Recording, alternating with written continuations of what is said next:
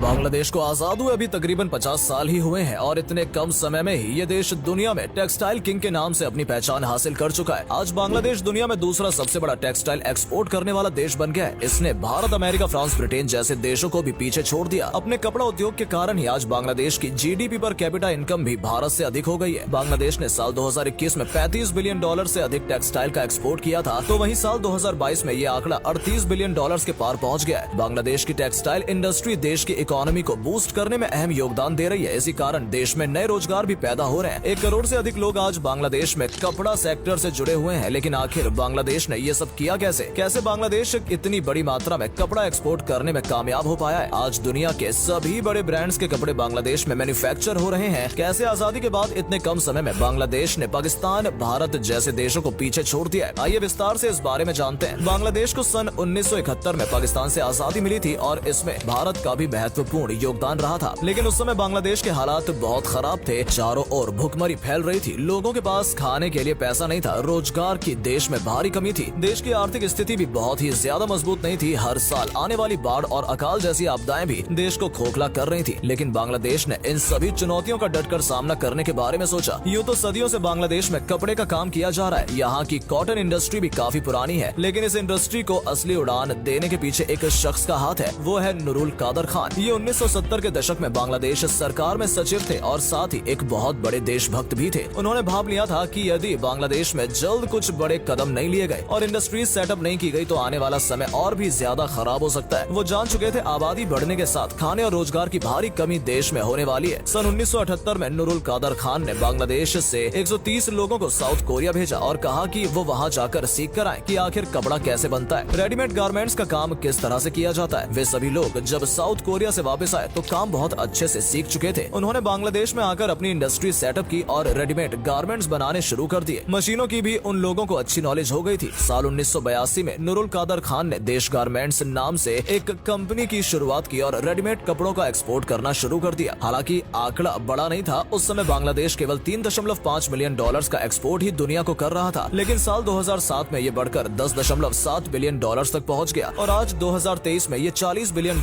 का आंकड़ा पार हो चुका है। लेकिन क्या सिर्फ नुरुल कादर खान के कारण बांग्लादेश इतना बड़ा टेक्सटाइल एक्सपोर्टर बन गया? ऐसा बिल्कुल भी नहीं है। किसी भी देश के विकास में कभी किसी एक शख्स या सरकार का योगदान नहीं रहता, बल्कि साथ में जनता का सहयोग भी जरूरी है। और बांग्लादेश की जनता ने सरकार का पूरा सहयोग दिया। इसकी एक वजह रोजगार भी थी। जनता को रोजगार की तलाश थी और ऐसे में जो भी काम उन्हें कहा गया वो करने के लिए तैयार हो गए। जनता ने बढ़ चढ़कर सरकार का सहयोग दिया और लोग बड़ी संख्या में टेक्सटाइल इंडस्ट्री की ओर रुख करने लगे। आज बांग्लादेश के कुल एक्सपोर्ट में से 80% हिस्सा केवल टेक्सटाइल इंडस्ट्री का है। 5500 से अधिक टेक्सटाइल इंडस्ट्री बांग्लादेश में मौजूद है। बांग्लादेश की कपड़े की क्वालिटी भी काफी अच्छी मानी जाती है। यही वजह है कि H&M से लेकर प्यूमा और वॉलमार्ट तक दुनिया के सभी बड़े क्लोथिंग ब्रांड्स के कपड़े की मैन्युफैक्चरिंग बांग्लादेश में हो रही है। असल में बांग्लादेश में बनने वाला कपड़ा काफी सस्ता पड़ता है और इसकी वजह है वहाँ की चीप लेबर। रिपोर्ट्स के मुताबिक एक टी शर्ट बनाने की लेबर कॉस्ट 80 पैसे से ₹1 है। बहुत से लोगों को 1 घंटे के ₹10 भी नहीं मिल पाते हैं। वहीं अधिकतर लोग जो टेक्सटाइल इंडस्ट्री में काम कर रहे हैं उन्हें महीने में 7 से 8 हजार रुपए का ही वेतन मिलता है। सस्ते मैन्युफैक्चरिंग और अच्छी क्वालिटी के कारण दुनिया भर के ब्रांड्स बांग्लादेश को कपड़ों के ऑर्डर देते हैं। आप भी अगर बड़े मॉल्स में जाएंगे और उसका टैग देखेंगे तो कई कपड़े आपको बांग्लादेश के बने हुए मिल जाएंगे। बांग्लादेश के टेक्सटाइल इंडस्ट्री का एक कारण ये भी है कि यूरोप में यहाँ के कपड़े एक्सपोर्ट करने पर कोई ड्यूटी नहीं लगती है। इससे यूरोपीय कंपनियों को और बांग्लादेश का दोनों का ही फायदा होता है। वहीं भारत जैसे देश को कपड़ा एक्सपोर्ट करने के लिए अच्छी खासी ड्यूटी पे करनी पड़ती है। आज बांग्लादेश सबसे अधिक मात्रा में यूरोपीय यूनियन और अमेरिका को ही अपना सामान एक्सपोर्ट कर रहा है। वहीं अपने पड़ोसी देशों के साथ भी बांग्लादेश लगातार अपने संबंध मजबूत कर रहा है और व्यापार बढ़ा रहा है। भारत में अच्छी खासी संख्या में बांग्लादेश रेडीमेड गारमेंट्स एक्सपोर्ट करता है। वहीं चीन, जो आज दुनिया में टेक्सटाइल इंडस्ट्री में नंबर 1 पर है, उसे भी बांग्लादेश अपना कपड़ा बेच रहा है। साल 2010 में बांग्लादेश चीन को करीब $52 मिलियन का एक्सपोर्ट किया करता था। लेकिन आज ये आंकड़ा 10 गुना से बढ़कर $500 मिलियन